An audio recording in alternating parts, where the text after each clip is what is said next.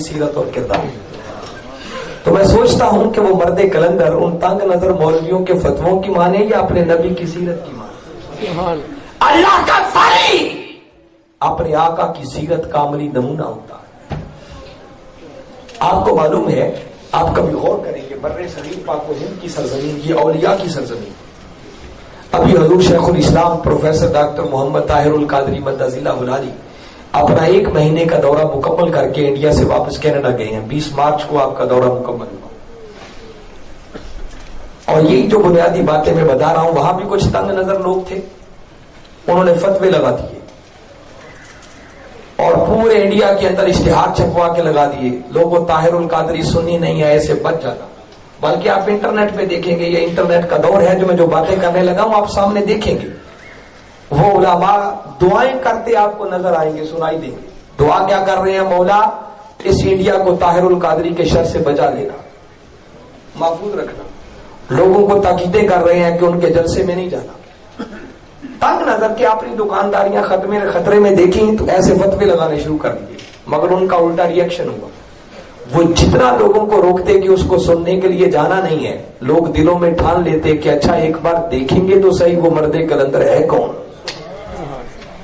پھر اللہ نے وہ کرم کیا کہ جدھر وہ شخص کیا، کہیں 20-20 لاکھ، کہیں 25-25 لاکھ، کہیں 30-30 لاکھ کے لوگوں کے اجتماع ہوئے. اور ابھی انڈیا کے میڈیا کی خبر ہے کہ اس 1 مہینے کے دورے کے اندر کم و بیش 1 کروڑ افراد نے سامنے بیٹھ کر اس مرد کلندر کو سنا. جنہوں نے انٹرنیٹ پر، ٹی وی پر، گھروں میں بیٹھ کر پوری دنیا میں سنا یا انڈیا میں سنا، وہ الگ جلسوں کے اندر بیٹھ کر سنا.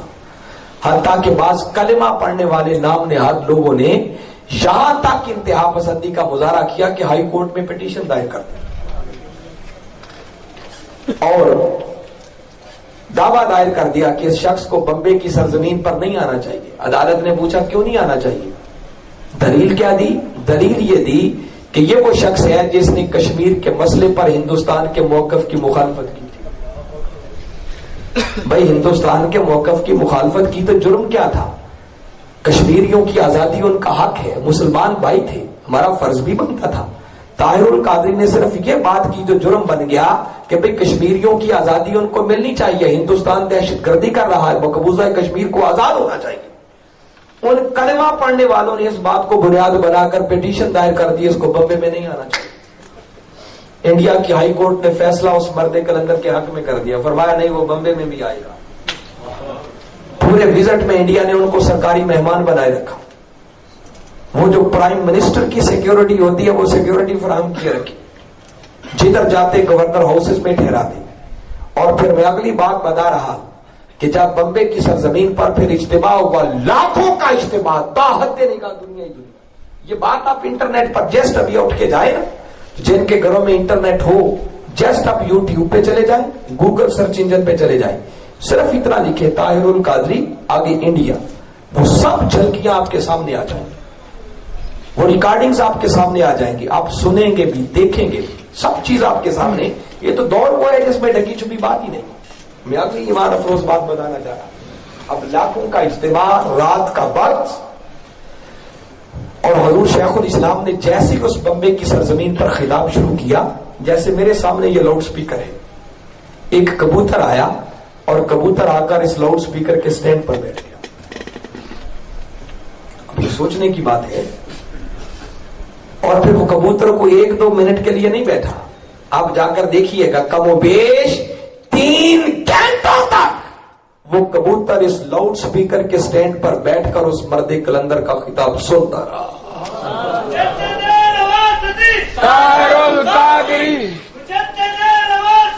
طاہر القادری، دین حق کا ہے ولی، طاہر القادری. بتانا یہ چاہ رہا ہوں، آپ اس کبوتر کے بیٹھنے کے بھی ہزاروں انداز ہو سکتے تھے. میں پھر بتا رہا ہوں کہ یہ باتیں ایسی ہیں جو میں تو کر کے چلا جاؤں گا، ممکن ہے کوئی جاننا چاہے، پتہ نہیں وہ کیا باتیں کر گئے. تو میں بتا رہا ہوں انٹرنیٹ پہ جا کے دیکھیے گا، اب اس پورے خطاب کی ریکارڈنگ آ چکی ہے، سیڈیز مل جائیں. ہمارے محترم ڈاکٹر اللہ بخش بھٹی صاحب بیٹھے ہیں، عمر صاحب بیٹھے ہیں، ریاض الیانی صاحب بیٹھے ہیں، یہ منہاج القرآن کی قیادت ہے. ان سے ملے، وہ سیڈیز لیں، سنیں، انٹرنیٹ پہ جا کر دیکھیں.